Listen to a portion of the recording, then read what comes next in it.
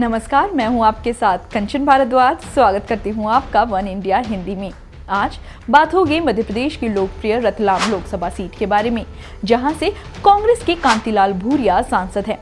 साल 2015 के उपचुनाव में भूरिया ने यहां बीजेपी के निर्मला भूरिया को करीबन 88,877 वोटों से परास्त करके यहां ऐतिहासिक जीत दर्ज की थी।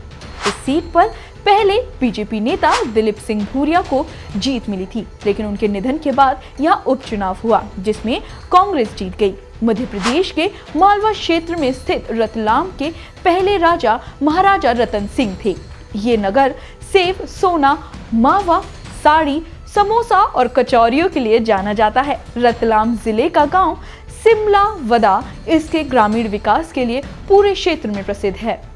रतलाम की कुल जनसंख्या 26,08,726 है, जिसमें से 82% लोग गांव में रहते हैं और 17% लोग शहरों में निवास करते हैं। साल 1957 में यहां पहली बार आम चुनाव हुए थे, जिसमें कांग्रेस को जीत मिली थी और उसके बाद 1962 और 1967 दोनों ही बार यहां कांग्रेस का ही राज रहा। तो वहीं 1971 के चुनाव में यहां पर संयुक्ता सोशलिस्ट पार्टी को जीत हासिल हुई थी, जबकि 1977 के चुनाव में यहां पर भारतीय लोक दल जीती।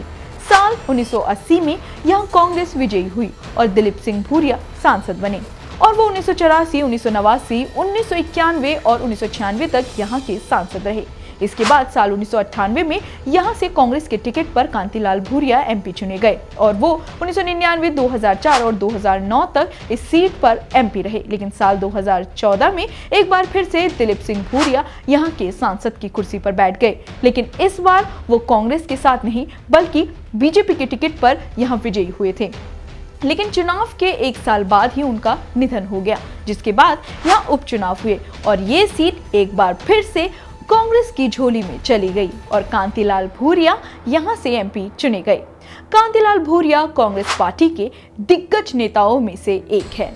इन्होंने आदिवासियों की प्रगति के लिए काफी काम किए हैं। दिसंबर 2018 की रिपोर्ट के मुताबिक पिछले 5 सालों के दौरान लोकसभा में इनकी उपस्थिति करीबन 59% रही है। इस दौरान उन्होंने 9 डिबेट में हिस्सा लिया और 27 प्रश्न पूछे हैं।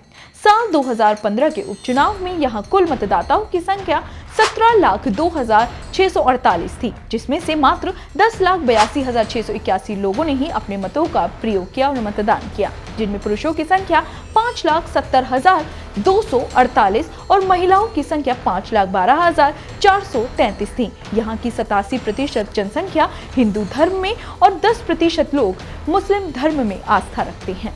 ये सीट कांग्रेस का गढ़ रही है। साल 2014 का चुनाव भारतीय जनता पार्टी ने यहां पर दिलीप भूरिया के ही कारण जीता था, जो कि आदिवासियों के लोकप्रिय नेताओं में शामिल थे। उनके जाने के बाद बीजेपी इस सीट को अपने पास बचाकर नहीं रख पाई, जिससे ये पूरी तरह से साबित हो गया कि यहाँ के लोगों ने बीजेपी को नहीं भूरिया को टिकट दिया था।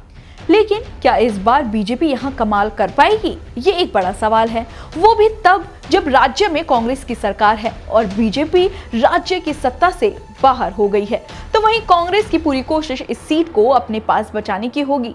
देखते हैं इस लड़ाई में जनता किसका साथ देती है।